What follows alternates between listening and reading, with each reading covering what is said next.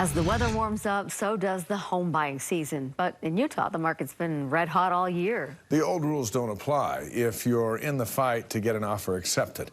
In tonight's Unaffordable Utah report, Lad Egan looks at what's driving the frenzy and how to stay ahead of the pack. Lad? Our motivation to move was we just wanted more house, but we really wanted a yard. Here we go. The Cisneros needed more space for their growing family, but didn't realize they were entering the most intense housing market Utah has ever seen. Until you're really in it, it's like you don't realize how many people are out there fighting for the same thing you're fighting for. They soon found out the home buying game has changed. You can see a house, and then if you blink, it's no longer an option. You have to be so competitive. And most people are doing $40,000 and $50,000 and sometimes $60,000 over. More on their house hunting in a moment. First, how did we get here? We are now 9 years or so in housing price increases, and we're still increasing at double-digit rates. James Wood has been tracking Utah's housing market since the 1970s and says right now, it's the craziest period I've seen.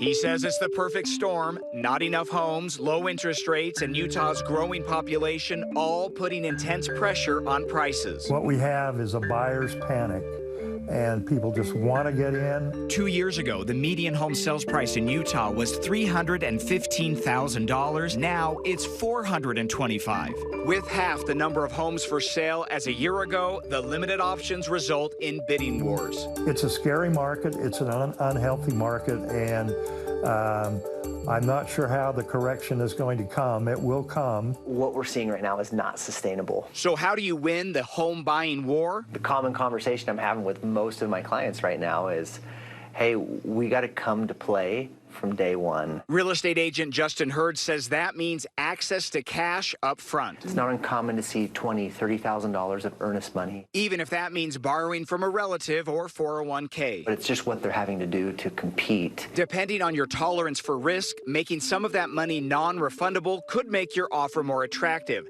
It's all about making the seller comfortable with as many guarantees as you can, proving you are the hassle-free buyer. We were kind of done playing all of those games because we had been playing them for so long. The Cisneros created a successful game plan. I'm happy that we were able to navigate through it. They bought the home they wanted and don't mind sharing what they learned.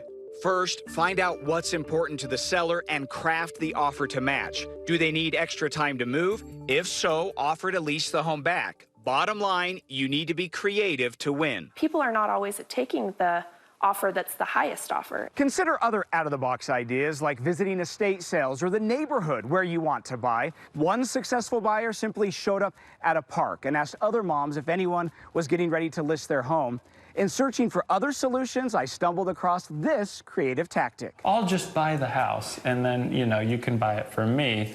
Is something I'd never heard of. Here, there's the kitchen. That's the solution offered to the Mollers from their agent, both of them fed up with rejected offers. And I just said, no, we're not going to do this again. We put down a non-refundable earnest money, all kinds of things, and still didn't get them. Agents Drew Armstrong and Matthew Flinders put the Mollers in the #1 spot by offering to buy the house themselves with cash. You really feel for these young families that are trying to get a house. Cash only did the trick. The quick transaction got the offer accepted. Being able to turn Bracken into a cash buyer in this situation made it so that his offer was accepted where it wouldn't have been otherwise. They then sold the home back to the Mollers a few weeks later. I mean, that's not something that a typical real estate agent would do. They could make more money flipping the homes for profit, but they like giving people a fighting chance. It's really rewarding emotionally for me, too. We're loving it, yep. The couple is now enjoying their new house and the yard for their 2 German Shepherds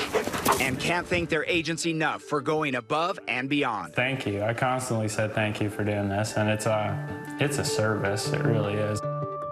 Just a great success story for that family. And one final piece of advice I learned, save yourself from disappointment and don't get emotionally attached to any home while making offers. Back to you.